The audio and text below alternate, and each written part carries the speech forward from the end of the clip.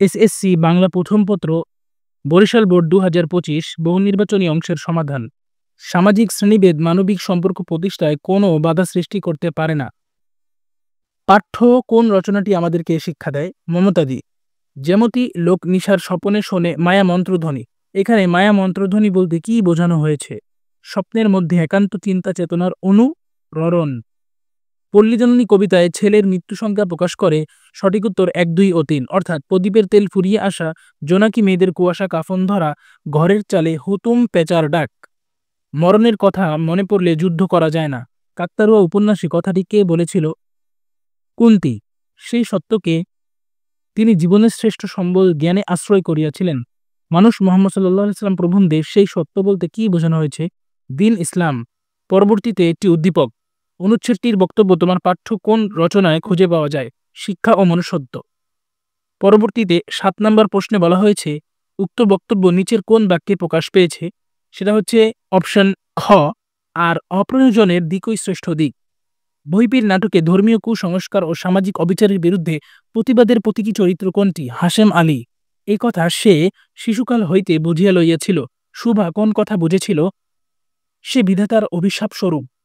প্রশ্ন ১০, জুতা আবিষ্কার কবিতাটি কোথা থেকে সংকলিত হয়েছে? কল্পনা। উপেক্ষিত শক্তির উদ্বোধন প্রবন্ধে নিচের কোনটিকে আমাদের অধঃপতনের কারণ বলা হয়েছে? নিচু শ্রেণীকে অবজ্ঞা অবহেলা। একলা গাই একলা ধাই, একলা একলা গাই একলা ধাই, দিবস রাত ঝাঁঝ সকাল। চরণটিতে কি প্রকাশ পেয়েছে? প্রকাশ পেয়েছে নিঃসঙ্কতা ও নিরস্তরতা। পরবর্তীতে একটি উদ্দীপক। চরণদ্বয়ের বক্তব্যে কাকতাড়ুয়া উপন্যাসের কোন চরিত্র ক্ষেত্রে প্রযোজ্য? হরিকাকু ও নোলক বোয়া। প্রশ্ন নং ১৪, লেখক মোতাহার হোসেন চৌধুরীর মতে শিক্ষা আমাদের জীবনে যে কাজ করে, আমাদেরকে মনুষ্যত্ব লোকে পৌঁছে দেয়, ক্ষুধ পিপাসার ব্যাপারটিকে মানবিক করে তোলে এবং জীবসত্তার ঘরকে সুশৃঙ্খল করে। একমুখে হয়ে তাজি ঘোড়াকে হার মানিয়ে ছুটে চলে। প্রভাস বন্ধু রচনায় এই উক্তিটি কোনটিকে বোঝানো হয়েছে? এই উক্তিটিতে বোঝানো হয়েছে বরফের গুঁড়ো। সংস্কৃত আলংকারিকদের মতে কাব্য কয় ধরনের? ২ ধরনের। একটি উদ্দীপক। কবিতাংশের একটি কাহিনী আমার পরিচয় কবিতার যে চরণ যে চেতনার প্রতিফলন ঘটায় সেটা হচ্ছে একতাবদ্ধতা, অসাম্প্রদায়িকতা, সাম্যবাদিতা। উক্ত চেতনা নিচের কোন চরণে ফুটে উঠেছে? সঠিক উত্তর একসাথে আছি, একসাথে বাকি, আজও একসাথে থাকবই। নিয়তি গল্পের কথক কখন আনন্দ ও আতঙ্কে শিউরে উঠতেন? সেটা হচ্ছে রাতে বন থেকে ভেসে আসা বিচিত্র শব্দ শুনলে। এতক্ষণে ঝড় থামিল। বহিঃপীর নাটকে উক্তিটিকার, এই উক্তিটি বহিঃপীরের। পরবর্তীতে একটি উদ্দীপক। তো উদ্দীপকের কবির আহ্বান রানার কবিতার যে চরণে ফুটে উঠেছে সেটা হচ্ছে ছুটে চলো আরো বেগে, এবং শপথের চিঠি নিয়ে চলো আজ ভীরুতা পিছনে ফেলে, আমাদের সংগ্রাম চলবেই চলবে। এই গানটির রচয়িতাকে সেকান্দার আবু জাফর। হেমচন্দ্র বন্দ্যোপাধ্যায় রচিত মহাকাব্য কোনটি?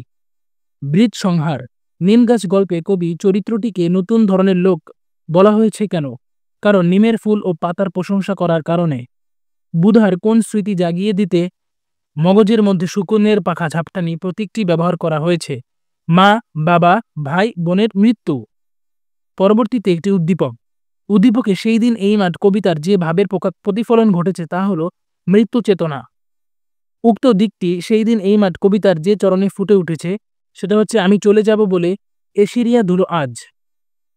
বহিঃপীর নাটকের ঘটনা প্রবাহ কাকে কেন্দ্র করে আবির্ভূত হয়েছে? কাকে কেন্দ্র করে আবর্তিত হয়েছে? সঠিক উত্তর হচ্ছে তাহেরা।